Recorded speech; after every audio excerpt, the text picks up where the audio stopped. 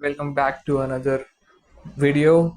Congratulations on completing the main course. Yes, the main course is now done. Now you're moving on to the deserts. So I've threw in three bonus lectures which are not directly related to the 9 pointer course, but I think this would be very, very useful for you in terms of preparing your mind to study. Now, this video is all about context switching. This is by far the biggest mistake that you want to avoid while preparing for anything, like preparing for your exams. How does context switch work? Before going, I'll just tell you that there are two stages. First is when very cognitively correct. This usually happens when you're understanding a topic for the first time, or you've understood it and you're applying it, or you're trying to memorize it, as I've shown in my previous videos. These require time and mental energy. Next, there are other parts where sometimes you're making some strategy for preparing, or you're just revising what you've already studied. Now, there could be other parts as well. Now you can use your own discretion to classify any part of the studying process into the first one or the second one. Another example for the second one could be making notes for an open book examination. You just make notes and you're just basically brain dead at that point. Now,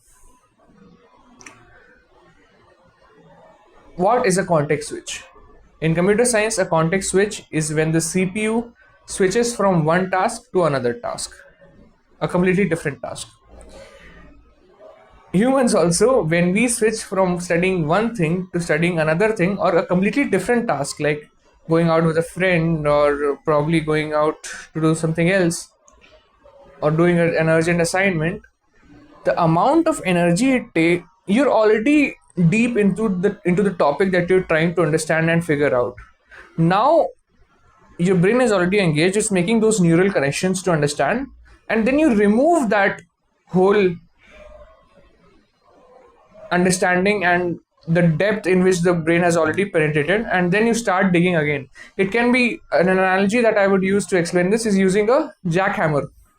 I'm not sure if I'm using the right term or not. Yes, a jackhammer or a chainsaw, you can also say. If you're using a jackhammer to just drill down in the ground to make a deep hole, so you've been at it for like 30 to 45 minutes. You've made a fairly deep hole. It's like 7 to 8 inches deep, and now you just abandon that hole completely and you go and try to make a new hole. You wasted all that progress, bro. And when you try to pick up, the depth of your needle and that of the thickness of your needle, the diameter of your needle and the diameter of your hole would be different, and it would take time to insert that again and insert the jackhammer again and put it into the position in which it was already there. That is what a context switch is. A context switch drains you of your cognitive bandwidth. It makes it harder for you to continue where you left off, and it's basically not a good thing to do. Fun fact, it's not just about studying, it's about working in general. There was some VC fund which is kind of giving competition to Y Combinator, which is like the mecca of startups. So the reason it's performing so well is that what they do in that VC fund is that they just take the founders and they lock them in a room for 12 hours. By locking them in a room, I mean they take care of all their things, their food, their clothing, washing, shower and all, and they don't have to go anywhere to do things. Their menial tasks like scheduling meetings and stuff, and just random tasks which pop around, some errands. So they take care of all of that, and the founder just have to focus on building and what their skill is in. So that's why they eliminate context switch. Please make sure that when you're in the first stage of studying, where you're understanding a concept deeply, you're practicing numericals, you're applying the concepts that you've learned, or you are trying to memorize something, then you cannot afford a context switch. Okay, now let's say there arises a situation where you have to do something. Let's say you really have to, you have to eat, bro. You of course have to eat, and you're in a time where you have to eat. Like in my college, there's the breakfast time from 7 to 9, and dinner time, lunch time from 12:30 to 2:30. How I would study here is that I would have breakfast from 7 to 8 probably, and then from 8 sometimes to 9 also, but from 8 or 9 to 1 I will study 4 to 5 hours of concentrated effort. And then when my mind has depleted its resources, I'll go towards my mess, which is a little bit far. So I will go, I'll put on some music, I'll just talk to my friends, I'll hang around, I'll just fist bump a few of my friends, I'll crack some jokes, I'll have my food, and then I will keep listening to the music and come back.